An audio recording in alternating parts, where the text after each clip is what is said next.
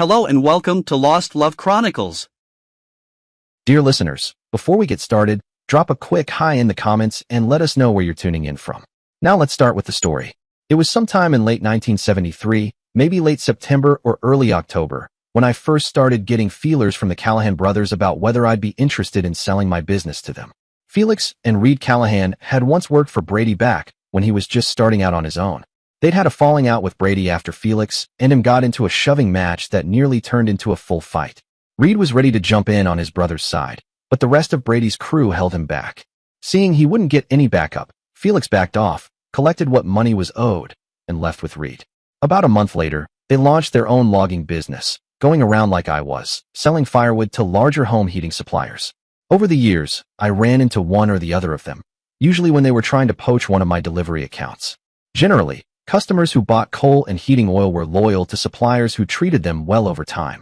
Every now and then, though, one of my accounts would switch to the Callahans either because they offered a lower price or because the customers felt I wasn't catering to them properly.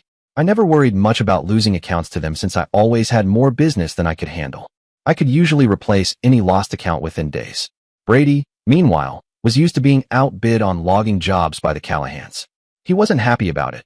But since many of those jobs were public bids open to anyone, there wasn't much he could do. By the 1970s, the Callahan brothers were running about 20 small logging crews and had around 10 delivery trucks operating across 3 states. My firewood delivery business was starting to shrink. New homes were mostly built with central heating and propane or natural gas. Fireplaces were mostly decorative now, not primary heat sources. I was still selling plenty of firewood, but my customers were selling smaller loads and offering free delivery and stacking just to stay competitive. The business was changing, and not for the better. It would have been a good time to sell if it hadn't meant leaving Brady at the mercy of the Callahans. After ignoring their initial feelers for a couple of months, Felix and Reed came to Groton to visit me. Like me, they were in their early 30s, though Felix was a few years older about Brady's age. They didn't waste time reminiscing. Felix did the talking, cutting straight to the point. "Jade, we're either buying you out today or running you out of business soon anyway. This market can't support everyone. Reed and I will pay you $75,000 for everything: your trucks, drivers, and customers. You and Brady can keep that fancy furniture side project of yours. That's our offer. No sweetening it. What do you say?" I knew I wasn't going to sell to those two, but I wanted to hear how far ahead they'd planned. "What about Brady?" "Screw Brady. We don't care about him one way or the other. If he can find places to sell his wood, we won't bother him. Hell, you can even help him, as long as you stay away from the customers we're buying from you. You better take our offer, Jade. Otherwise, you might find bad things happening to your trucks and drivers. You're getting out of the business one way or another. Might as well do it smart. Look, guys, I appreciate you coming to me with an offer. I need to take a few days and talk it over with my wife before I can give you an answer. I've been thinking of selling anyway, but I thought I could get at least $100,000 for the equipment, customers, and the goodwill. Are you sure that $75,000 is your best offer?" "That's it. And that's only if you sell today. In a few days you'll wish that you took it when you had the chance." "All right. If I have to give you my answer today, then it has to be a no. Felix, if I were you, I'd think twice about threatening me or my drivers. If anything happens to the drivers or the trucks, I'll be over to square it up with you myself. I've let you a-holes go around slashing your prices to steal away my accounts for a long time, and I didn't say anything because it was so stupid for you to do it. How can you raise up your prices on any of them without them coming back over to me? Or at least giving me a phone call?" I moved in closer to Felix as I was talking. I was hoping he'd make some kind of move so I could knock him on his butt. He backed away from me a little. "How about it, Reed? You agree with your brother about putting me out of business if I refuse to sell?" "Jade, I thought you'd see that this was a good, fair offer." Felix didn't mean what he said about that other stuff. "We're businessmen, not thugs. Felix watches too much television, that's all. If you don't want to sell, then we'll just undercut you on price until you can't compete. There's no need for that other stuff. Come on, Felix, let's go home." Jade's not interested. Reed was the smart one. He knew enough not to make any threats himself. As soon as they were gone, I drove over to Brady's to let him know what had happened. As I expected, Brady was excited at the prospects the Callahans had offered. Brady was always more bloodthirsty than I was. He had matured in some ways as he got older, but not to the point where he didn't enjoy a good scrap. His advice was that the two of us go over to the Callahans and make them an offer of our own. Brady's basic argument was that he didn't want to see anybody innocent get hurt, like Lenny or one of the other drivers. If we waited, he asserted, they'd have at least one free crack at doing just that. What it comes down to is, who do you want to protect? Those shitheads or your employees who depend on you to look after them? If you don't go over there and put the fear into them, they'll work themselves into believing that you'll fold up your tent if they give you a little push. It would be a damn shame if something bad happened because we didn't show them that they're mistaken soon enough. I'll admit to you that I was a little pissed myself at them having the gall to come over thinking that they could strong-arm me in the first place. Maybe I'll even admit that I hadn't fully grown up either, and wasn't above getting a little excited at the prospect of kicking both those bozos' butts. I'd like to think that my main reason was to try to avert violent injury being done to one or more of my employees. I made Brady promise to sleep on it overnight and to not mention anything to Tessa. I told him that if we both agreed on going to see them in the morning, then that is what we'd do. Brady was grinning when I left his farm. He said he'd call me in the morning to let me know whether he'd changed his mind or not. He woke me up at 4:30 the next morning, telling me that he'd meet me in New London at 6. I just laughed when he asked me whether I'd had a change of heart about it. It would have been too cruel to do that to him after letting him get his hopes up overnight. We arranged to meet in the supermarket parking lot in New London that we sometimes used if we were going somewhere together in one car. I got there at about 5:45, and Brady was already parked and waiting for me. He jumped in my car and asked if I wanted to stop somewhere and grab some breakfast. I'd gotten some coffee before I left the house, but I figured a nice breakfast would be a good idea before we went over to the house where the Callahans lived. Felix was married and had a few kids, but Reed still lived with all of them. Reed had almost married a girl right after high school, but something came up and they called it off at the last minute. She had gotten married to someone else a few months later, and Reed had stayed single ever since. We were sitting in the diner finishing off a big breakfast, and Brady was telling me that he'd prefer to be the one that took Felix on if it was all the same to me. He's the kind of guy I just can't stand, Jade. He's got a big mouth until somebody stands up to him, and then he'll back down if he doesn't have a lot of help behind him. You'll see. After today he'll stay so far away from us, it will be like he's disappeared. Reed stays close to his brother, so you won't see either of them after today. I hope Brady was right, and I actually felt like he was. There are some people that you just believe when they tell you something bad is going to happen to you. People like my father and Brady, and I hoped, at least to some extent, that I could include me too in that category. Felix wasn't like that. At least he wasn't like that to me. We were parked outside Felix's house by 7 o'clock, just waiting for them to come out. Brady was leaning against my front fender, his arms folded in front of him and a patient smile on his face. If you knew Brady at all, you would be able to see how happy he was being there. I stayed inside the car, content to let Brady's presence speak for my intentions. What happened next really surprised me. Felix sent his wife out to talk with us. She walked right over to Brady, wearing a housecoat and slippers. She'd put a scarf over her hair. It was a fairly cold day, and she wasn't really dressed for it. Is your name Brady? She had come up to within about 10 feet of him when she spoke. I'm Sheila Callahan, Felix's wife. He said to tell you that he doesn't want any trouble here at the house. He asked me to find out where you two want to meet him and Reed. Brady just looked at her, not changing that little grin on his face at all. After she had quit talking, Brady yelled over at the house. Hey Felix, you're still the biggest coward I ever met. You send your old lady out here hoping to shoo me away so you and that chicken shit brother of yours can sneak off somewhere and hide out from me and Jade? Your kids must really be proud of their father, that's all I can say. Why don't you just come out here and act like you are a man, and come tell me screw you to my face? Brady really knew how to put scorn in his voice. He was also loud enough to wake up the neighbors. You may as well come out, Felix, unless you don't care if the whole neighborhood knows that you're a coward. I'll tell you what, you come on out with Reed, and I'll kick both of your butts all by myself at the same time. I'm not leaving until you either come out or call the police for protection. So what's it going to be, shithead? Sheila, it must be pretty awful being married to that worthless piece of shit. You ever made love with a real man? When Brady got started, he wasn't real good about setting limits and not going over the limits of common decency. My father was even worse, but neither of them cared about things like that when they had the adrenaline flowing. Predictably, that last thing got Felix to at least come out to his front porch. I'm warning you, Blackwell, you keep a civil tongue in front of my family. Or else what, Felix? You going to sick your mother on me? Come down off your porch and let's you and I settle this thing right now. Bring Reed, I don't care. Jade will stay in the car.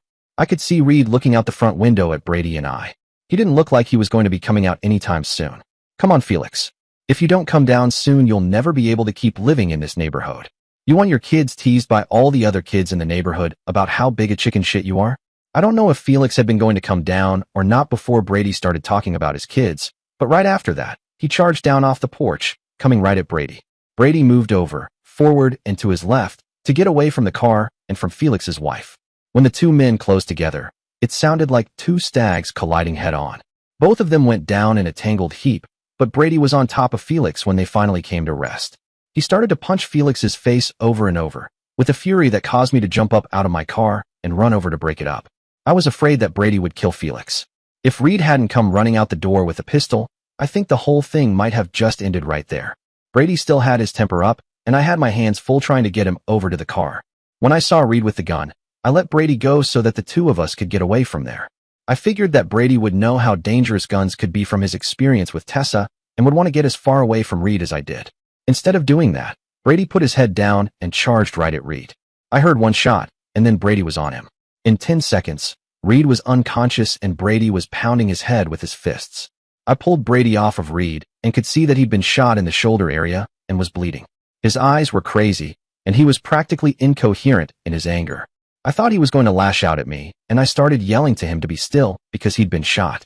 At some point my words must have penetrated, because Brady started checking himself out to see where he'd been hit. I took off my jacket and started ripping at my undershirt trying to get something to stem the flow of blood. The bullet had gone right through him, because he was bleeding out of his back too. He went down to his knees, and I finally had enough of my undershirt ripped up that I could press pieces to each of his wounds. I was yelling at Felix's wife to call for an ambulance, but she just stood there. I think she might have been in shock from all the sudden violence. I was holding onto the compress I'd put on the wounds when I felt something hit me on the back of my head, and I went flying face first into the grass. I turned around and saw Felix standing there trying to decide whether he wanted to come after me or after Brady. I managed to get most of the way up before he decided that I was the one he had to dispose of first. I caught part of his kick with my chest, but I had his leg in my hands and was able to twist it and send him down on the ground, with me falling on top of him. Since it had worked so well with Brady, I decided to just punch his face until he stopped moving. I got back up after I was sure that Felix would stay put and went back to tend to Brady. I don't know how long we were all out there before a fire truck and a couple police cars pulled up in the street. The fire people looked over all four of us, and then they sent off for 2 ambulances. I, being in the best shape of the 4, was arrested, handcuffed, and put in the back seat of one of the police cars. It only took about 5 minutes for the first ambulance to get there, and they took Brady away by himself. By the time the second ambulance pulled up, Reed was on his feet and telling the attendants to take care of Felix first. When the ambulance left with Felix, the police arrested Reed too and brought us both to the station house in separate vehicles. I used my phone call to get a hold of my father and told him where I was. He told me to just sit tight and not to make any statements until he got there with Mr. Beckett and a lawyer for Brady and I. They put me in a holding cell and had Reed somewhere else. I figured that Brady and I were in a lot of trouble since the whole thing had taken place on Felix's front lawn. I didn't think Brady's wound was that serious, but I had no medical training and didn't know what the bullet might have hit before it exited. It took another 3 hours before I got called up and processed into the jail. I was photographed and fingerprinted and formally booked on attempted murder charges. As soon as I was booked in, I was bailed out. Mr. Beckett had found a judge to set my bail at $5,000. Brady had been taken to the hospital and had a policeman on the door of his hospital room. Mr. Beckett had brought a real young guy as my lawyer. He must have been pretty good though, or Mr. Beckett wouldn't have brought him. As soon as I got out of jail, we all drove over to Felix's house, and I picked up my car. My father had sent Janos to pick up Tessa and the kids and bring them over to the hospital. Mr. Beckett told me to just go in and see Brady for a few minutes if I could, and to tell him the same thing my father told me about not saying anything about what had happened. They wouldn't let me in to see Brady, but they let Tessa in before they moved him out of emergency care. I told her to tell him not to say anything, but she just gave me a dirty look. I didn't know whether the look was because she thought I'd talked Brady into this thing, or because she thought Brady didn't need to be told to not make any statements. It was probably as little of both. Once Tessa came out after talking with Brady's doctors, she told us that they said that Brady was probably going to be okay. I decided to drive home and face Elise. I knew she wasn't going to be happy with the events of the past 2 days. I was right again. As I had expected, Elise was really hacked at me for getting into that whole mess. When I told her that Brady was in the hospital because he had been shot, she made me back up and start from the beginning. Elise is a fidgety woman. The more upset she gets, the more she just has to start moving around, touching things, and keeping her hands and legs busy. By the time I was done telling her everything up to the point of me being out on bail, she had twisted up the cloth on the kitchen table until it looked like it was more off the table than on. I know you aren't stupid, Jade, but sometimes it sure seems like you are. I can understand Brady wanting to go over to New London and confront those men, but I can't understand how you let him talk you into going with him. How do you think Tessa felt when Janos came over to tell her that Brady was in the hospital after being shot? At least it wasn't her that shot him this time. I have this very annoying habit of trying to make jokes when I'm under stress. Elise says it is one of my least lovable characteristics. I could see from her expression that I wasn't helping my cause any with that last comment. Elise, Brady's going to be okay. If the charges were really serious, do you think I'd be out on such a small bail amount? If you think about it the right way, you'll see that Brady and I didn't really have another choice. We couldn't allow the Callahans to try to move us out of our business by hurting our drivers or sabotaging the equipment. Brady and I both thought that if we confronted them right away that they'd back down and forget about their plans to take us over.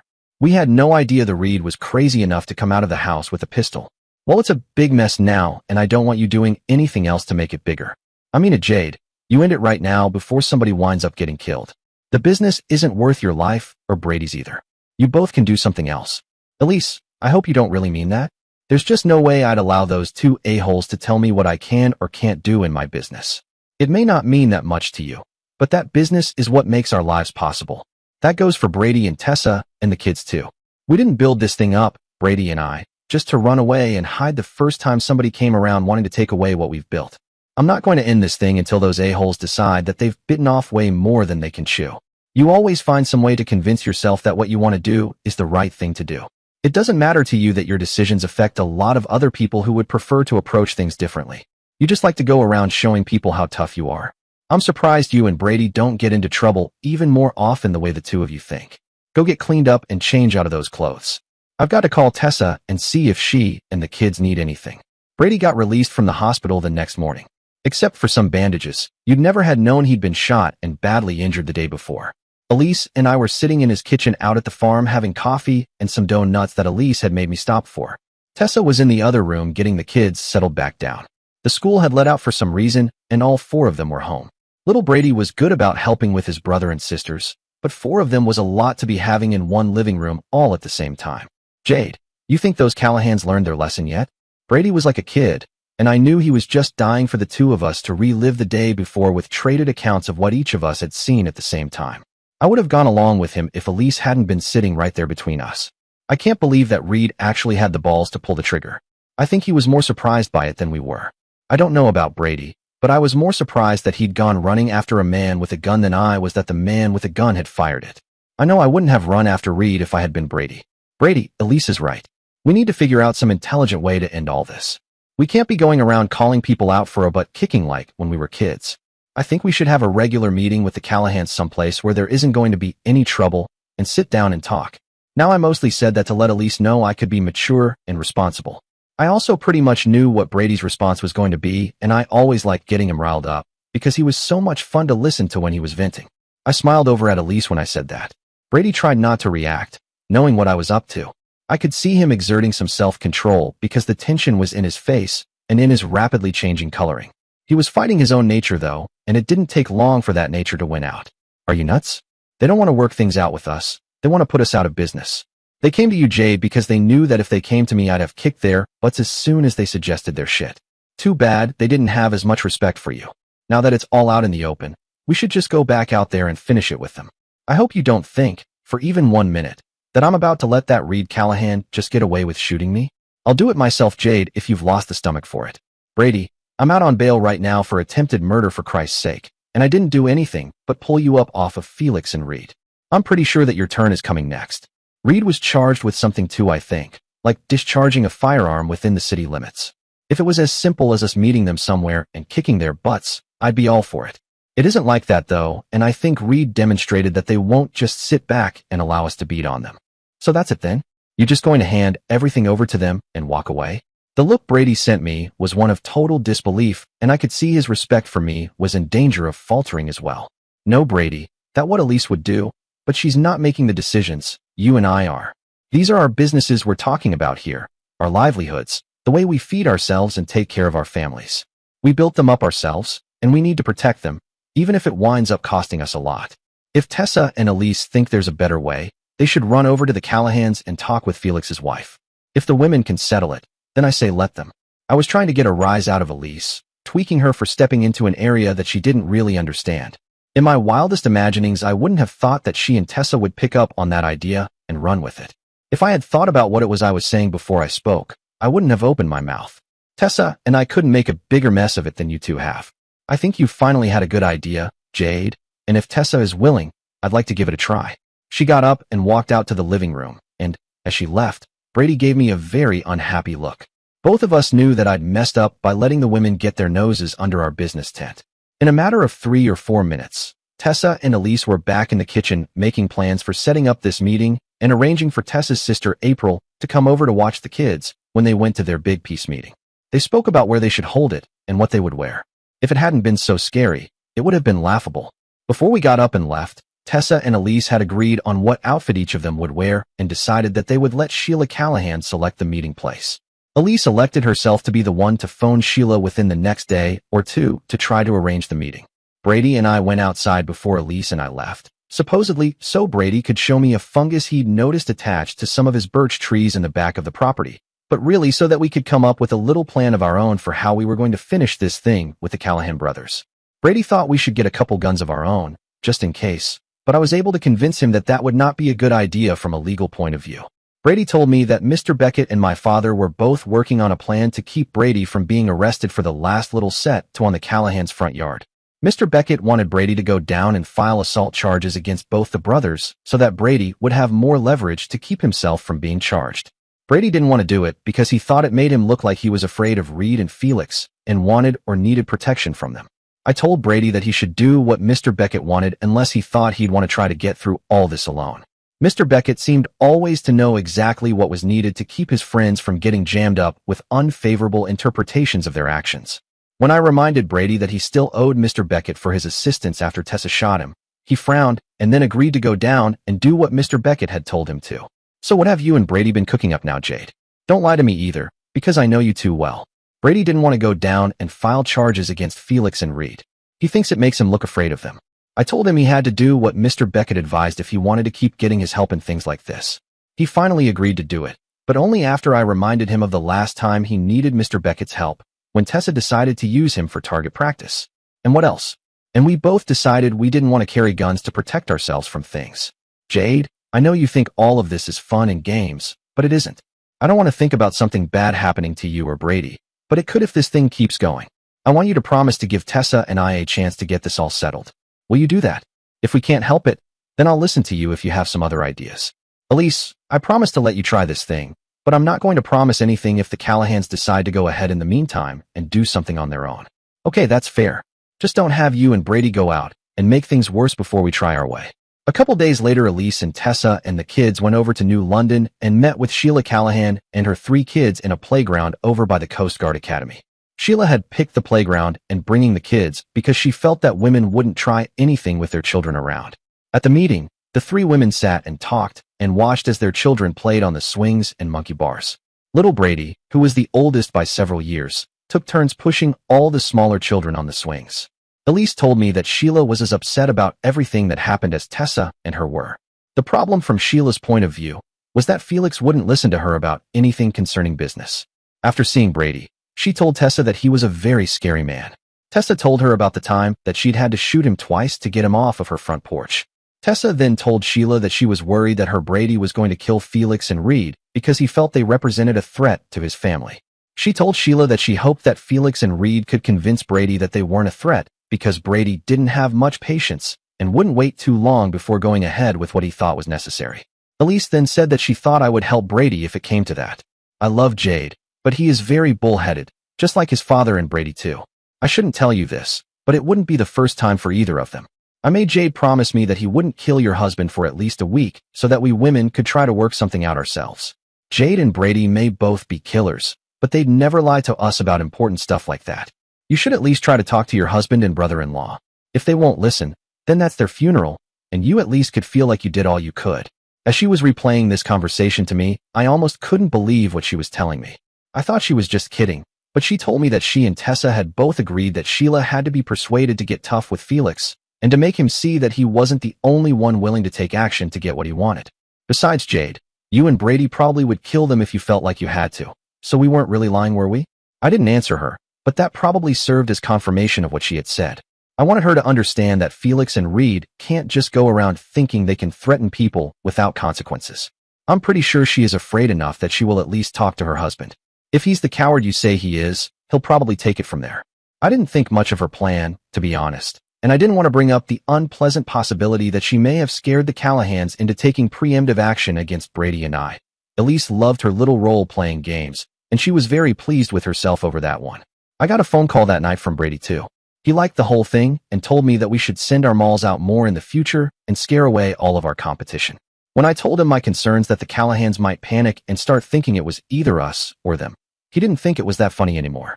So what do you think we should do, Jade? I don't want to just wait for them to make the first move. That shoulder still hurt, Brady? The one that Reed put a bullet through? I hope it does, so you can keep it in your mind that this isn't just entertainment here. I think you should remember that it isn't only the two of us that can get hurt by those guys. I think we need to set up a meeting with them right away and get it all settled. I'm not saying we give in to them, or even let them have anything. Just that we meet and let them know what options are still open right now. I'm all for seeing those two again, Jade. We can even talk to them if that's what you want. But after the talking gets done, if they still think they want to put us out of business, I think we should let them know that we'll be trying the same thing, only to put them totally out of business. All right, let me try to set something up. After I got off the phone with Brady, I called up my father and explained what Tessa and Elise had done and what I feared might happen. He got a kick out of it and told me that's exactly what I deserved for bringing women into my business affairs. He said that he'd find out who had the Callahan's ear and try to set something up. It turned out that Felix Callahan's personal attorney was a good friend of Mr. Beckett's, and a meeting was set up for 1 o'clock the following afternoon between Felix and myself at his lawyer's office. I went alone, and when I got there the lawyer told me Felix had called and would be a little bit late. He took me inside to his office, and we waited about 15 minutes before Felix finally showed up. The meeting didn't go very well, because Felix was determined to see himself as the victim in this whole thing. I let him rant on for a few minutes, and then I stood up to leave. Where you going? I'm not done saying my piece yet. Felix, you may not realize it yet, but I can assure you that you are done, and so is that brother of yours. People have tried to tell you that there are some people who don't respond well to your tactics. Your brother shot Brady because he was afraid of him. Well, he was right to be afraid. Brady was only going to beat him up for coming at him with a gun. Now, after being shot, he knows that a beating isn't enough. I wanted to come here and see if we could just end this before it got terminal, but now I realize that won't work for any of us. I'm afraid one of our wives is going to be wearing black before too much longer. Felix's lawyer was gasping for air when I finished talking. Being a lawyer, he wasn't used to plain talking. I could see in Felix's eyes that he knew I wasn't just talking. You be very careful from now on, Felix, because this is the last time I try talking sense to you. I walked out of the office and then the building. I drove over to Brady's and told him about having the meeting with Felix. I called Mr. Beckett from Brady's, and he had already heard a report from Felix's lawyer. He told me not to make threats in front of witnesses. Then, just before hanging up, he told me that he was pretty certain that Brady would be getting a phone call from Reed Callahan's attorney offering an out-of-court settlement for the shooting incident. It seemed, according to Mr. Beckett, that Reed had become very interested in making Brady a settlement offer after he had been rebooked on attempted murder charges the day before. This unusual action was taken after the district attorney's office had reviewed the original police reports from the lawn incident. Mr. Beckett didn't need to say that he had exerted some influence in that decision process. Brady was not to accept any offer without first checking with Mr. Beckett. The other good news was that the charges against me were being dropped and my bail money was being released. I wasn't sure about exactly how these things happened when Mr. Beckett got involved, but they almost always seemed to work out well for his friends. Brady, Mr. Beckett says not to do any settlement with Reed's lawyer until you run it by him. Reed has an attempted murder charge now and is hoping to do some deal with you to try to get the charges reduced or fixed. Brady acknowledged that he understood and would do what he'd been told. I left and drove back home. I told Elise that the meeting hadn't gone too well, but she was very pleased when I told her that the charge against me was being withdrawn. I got into the habit of being more careful about everything after that. I would check in with Elise several times a day and kept in closer touch with Brady too. It was a couple weeks before somebody decided to shoot holes in about 20 of the tires on my delivery trucks while they were parked overnight on a lot that I used. I sent Tessa, Elise, and Brady's kids on a trip over the Christmas holidays. They went down to Florida on the Greyhound bus. Brady didn't want to do that, but I told him I wasn't going to take care of things unless he agreed to get everyone out of the way first. On the 23rd of December, Brady and I waited in the woods for Felix and Reed to get back to one of their wood storage areas. When their truck pulled in and they got out to go in the little shed they had there, Brady and I opened fire on the shed. Our original plan had been to just scare them, but the longer we waited for them, the madder we both got. It was cold out there in the woods, and there was no way either of us could get comfortable. We both had M2 carbines that a friend had given me a month before. In total, we fired off a total of 60 of the .30 caliber rounds at that shed. When we were done, we picked up the expended shell casings and walked back to the car. We didn't know what had happened inside the shed, but just assumed the worst. We drove over to Uncle Donald's house afterwards and joined the poker game that was in progress. The rifles had been disposed of before we ever got near Uncle Donald's house. It turned out that the Callahans hadn't gotten a scratch on them from our little turkey shoot. As soon as the first shots were fired, both of them hit the floor and stayed down throughout the firing. What they had gotten, though, was a better appreciation of just how serious Brady and I took their threat to us. I got a call from Mr. Beckett telling me that the Callahans wanted another meeting. This time it was to be held at Mr. Beckett's office, and it would also include Felix's lawyer and Brady and Reed too. It was set for 2 days before the new year, and Brady and I got there at 11 a.m. just like we'd been told. I was surprised to see my father there too. "Yutch, Mr. Beckett asked me to search you and Brady before you go in there. Felix and Reed are already in there, and I searched them too." It took only a minute for him to pat the two of us down. He seemed pretty competent at it, and I wondered where he'd picked up that particular skill. When he turned around and led us into Mr. Beckett's office, I noticed a strange bulge over by the cuff on his right pants leg. My father was wearing an ankle holster. For some reason, that made me less nervous about the whole meeting. If there was one thing I was certain of, it was that my father would never allow Brady and I to be hurt unless it was him doing the hurting. I hadn't done anything to make him mad lately, so I wasn't worried about him being mad at me. We were all sitting at a big conference table. Felix and Reed and Felix's lawyer on one side and Brady and I on the other. Mr. Beckett sat at the head of the table, and my dad stood by the door. Felix's lawyer started things off with a brief recap of everything that had happened so far. He started at the beginning, and when he started to wind down, he got to the part where my tires had been shot up by person or persons unknown, and so had the shed with the Callahans in it. Brady and I both smiled at the mention of that. He said that he and his clients had come over today in order to see if something couldn't be framed that could bring a cessation of these unpleasant and non-productive actions. He was followed by Mr. Beckett, who also said he deplored the dangerous escalations that he had witnessed in this disagreement. He stated that the shooting incident at the Callahan storage lot was particularly disturbing because that amount of shooting meant that someone was seriously attempting to kill the Callahans. He then cleared his throat while he stared at Brady and I for a minute. "I think all four of you are lucky that there was nobody killed in that little escapade. I would never attempt to foster the interests of anyone who had committed such an act if it had resulted in a death or in multiple deaths. Like Mr. Trainer, I am hopeful that we can prevent a continuation of these destructive actions." Felix decided that he would speak next. "I have to say that I don't want to go through any repeat of what happened to Reed and I a week ago. Reed and I will reimburse you for the cost of replacing those tires, Jade. We admit that this whole acquisition thing was a bad idea from the start. My wife has been sitting at home crying every time she hears a car backfire or some kid tips over a garbage can. It isn't any fun coming home to find her hiding in one of the bedrooms with all my kids either. I want this thing to be over so that all of us can go back to leading normal lives again." I decided that I would speak next. "Felix, I appreciate it that you want things to get back to normal. I appreciate it that you are willing to step forward and pay for the tires that were shot out. The problem I'm having is that Brady and I had to go to all the trouble and expense of sending our wives and Brady's kids away for what we thought was their own safety. We only took that step because we believed we were about to bring this whole situation to a conclusion where we wouldn't have to worry about it ever coming back. A permanent solution, you could call it, I guess. How do we know that this would be permanent? What assurance can you give me that this won't start up again sometime in the future? You'll just have to take my word for it is all. I've had enough of this, Jade. I won't want to start it up again. Next time you might aim lower, or else reload, and come inside the shed to make sure. We got the message. You and Brady won't be screwed with, and you can't be scared. We aren't killers. We know when we're in over our heads. Felix, if it was just up to me, I'd be inclined to believe you. There would still be the matters of our out-of-pocket expenses and of Brady's being shot. I haven't heard you address either of those issues. Well, if we're going to discuss those matters, we'd have to include those serious charges that were filed against Reed for defending himself at our house. Reed and I were thinking that we'd pay Brady $25,000 if he would call it quits, and if someone would put in a good word about Reed's case, or maybe talk to somebody about dropping it altogether. I don't think that will cut it, Felix, not by a long ways. I happen to know that $75,000 would do the trick and make all of Reed's legal problems disappear. Mr. Beckett shot me a warning look, but I kept my own eyes on Felix and Reed. We could call it a transfer of interest, Felix. It's tax deductible to your company. You write up a list of all my accounts that you've stolen over the years, and I'll sell them to you for that amount. All nice and legal. I don't need any tax deductions, Jade. So let's make it $50,000, okay?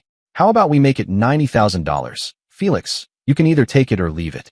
I was thinking that Felix wasn't being very sincere with me. He says he wants to settle the thing, but now he's trying to chisel me down. So I assigned him a 20% penalty for lack of sincerity.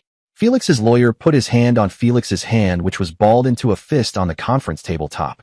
He leaned over and whispered something in Felix's ear. Felix shook his lawyer off and stood up from the table. $75,000, and that's really it.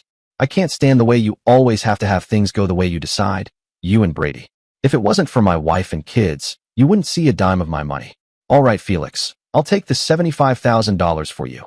But I'm not lifting a finger to help Reed out of his troubles. And Felix, if it wasn't for your wife and kids, you'd already be dead. Screw you, Jade. Now I won't pay you a penny. You guys go ahead and try something again and just see what happens to you. With that, Felix and Reed and the lawyer all stood up and left the meeting. My father and Mr. Beckett were both upset with me, but Brady understood. We couldn't afford to close this thing out until we were sure that the Callahans had no fight left in them. Brady and I left together, just like we'd come. At 3 a.m, somebody dropped 20 strings of Chinese firecrackers all tied together over the Callahans' back fence. That resulted in 3,000 small explosions in a 10-second period, assuming of course that everyone fired. Brady and I never knew if they all went off. Ray was too busy running away to get back in his car to say just how many there had been. He said there were a lot though. Mr. Beckett called me about 10 a.m. and told me that Felix wanted to talk to me again. I called Felix at the number he'd left with Mr. Beckett. He was at his wife's sister's house, and he begged me to let him take my original offer. I heard a lot of crying going on in the background. Felix, take the money over to Mr. Beckett's office. As soon as that's done, it's over. I'll make sure that Reed's case is dropped. But if you or he ever screws with me or mine again, it won't be over until I see the two of you buried. And I mean that literally, Felix. Then he did something else that was strange. He asked me to repeat that to his wife, the part about it being over. Sheila, it's Jade. You'll be happy to know that Felix and Reed and Brady and I have all settled our differences. All the unpleasantness is over. From now on, Felix and I will just be business competitors, that's all. I hope all of you have a happy new year too. Brady and I insisted that Mr. Beckett take $25,000 for his good offices throughout the troubled time. Brady kept $37,500, and I got $12,500.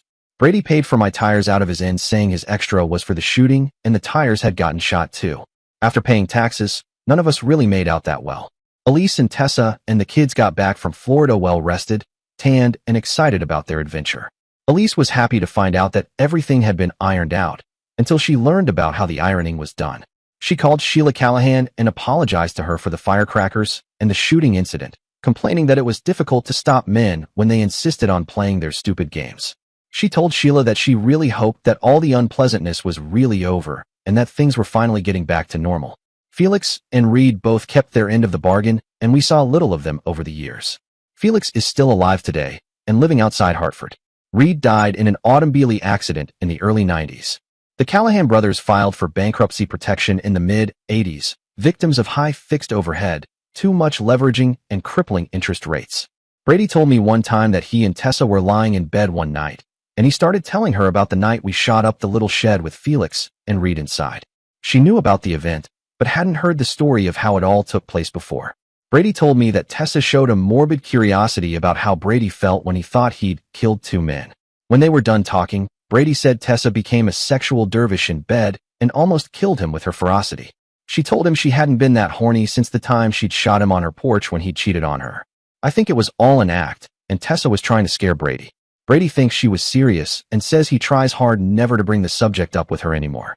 Dear listeners, please share your thoughts in the comments section below and don't forget to like, share, and subscribe.